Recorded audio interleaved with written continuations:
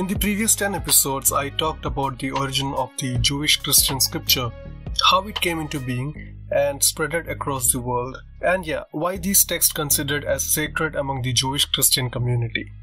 If you haven't happened to listen to that episodes, then I suggest you to go back and listen to that first for a better understanding. Well, we all know that Bible is a sacred book among the Christians. You are living under a rock if you don't know that it is divided into two halves, Old Testament and New Testament.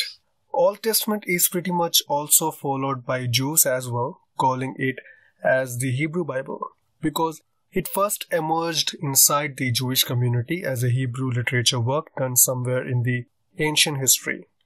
Christians equally follow the Old Testament and some additional books added into it, also known as the New Testament. Now, in this episode, I will only talk about the Old Testament and its significance.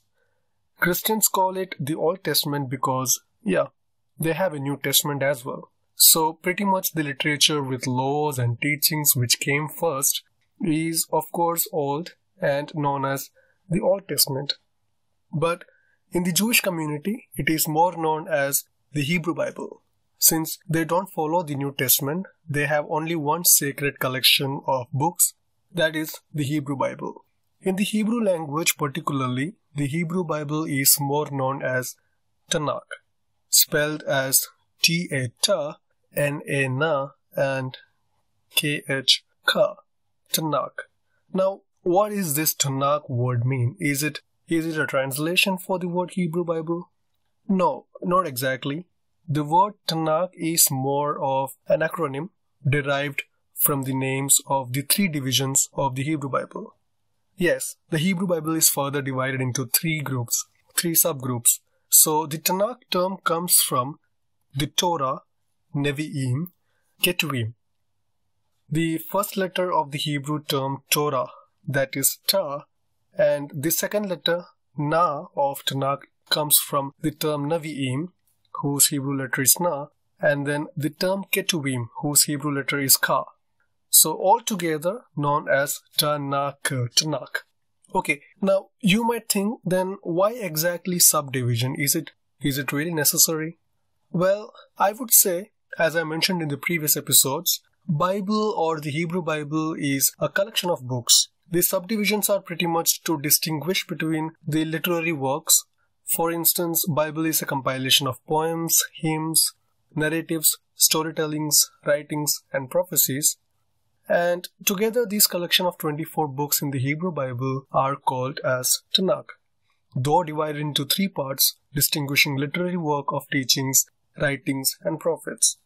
So, the Torah is actually a literary work of Moshe, also known as Moses, who, according to Bible, led the Israelites out of the Egyptian captivity. These are instructions and usually known as laws. These are the laws to be followed by the ancient Israelites and are followed till today by the Jewish community. This is a collection of 5 books. Every one of them are written by Moses. Neviim is the second main division of the Tanakh between the Torah and Ketuvim. So what exactly is Neviim? Neviim are also known as the prophets, the collection of the books of prophets. Now, it contains 3 subgroups. The Neviim is further divided into 3 parts just to understand the time period of the events taken place in Israel. It covers the time from the entrance of the Israelites into the promised land, which is actually soon after the story of Torah. It covers until the Babylonian captivity of Israel and Judah, which is actually the period of prophecy. The distribution of these books are not chronological but substantial. The 3 divisions of Neviim are the former prophets. In Hebrew, this distribution is known as Neviim Rishonim. Then comes the later prophets, also in Hebrew known as Neviim Ahoranim. Then comes the 12 minor prophets, in Hebrew known as Trei Asar. Trei Asar is the translation for the 12. That was the subdivision of the Neviim. After Neviim, we got Ketuvim. Ketuvim is also known as writings.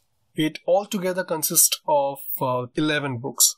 They are also divided into 3 subgroups based on their distinctiveness. So the first sub-collection is the collection of 3 poetic books. The poetic books in Hebrew is known as Sefer Emet. Then we have the sub-collection of 5 Megillahs. In Hebrew, these Megillahs are known as Hamesh Megillah. These Megillahs are read aloud in the synagogue on particular occasions. Some other books in Ketuvim are the books of Daniel, Ezra, which is both Ezra and Nehemiah, and Devrei HaYamim. In English, this book is known as Chronicles. More particularly, these books are more or less very similar to the Christian Protestant Old Testament.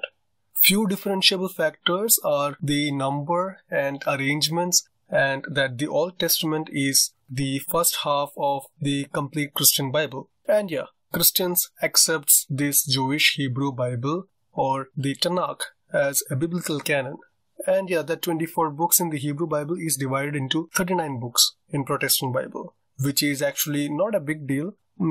These are pretty much same books, but like few of them are further divided. For example, in Hebrew Bible, books of Samuel is just one book, which is divided into 2 in the Protestant Bible as 1 Samuel and 2 Samuel. Similarly, book of Kings and Chronicles from Tanakh is divided into 1st and 2nd Kings as well as 1st and 2nd Chronicles. Book of Ezra in Tanakh is divided into Ezra and Nehemiah in Protestant Bible. The whole collection of minor prophets are divided into particular books in the Protestant Bible. The book of Hosea, the book of Joel, Amos, Obadiah, Jonah, Micah, Nahum, Habakkuk, Zephaniah, Haggai, Zechariah, Malachi, these are the minor prophetical books, particularly in Protestant Bible.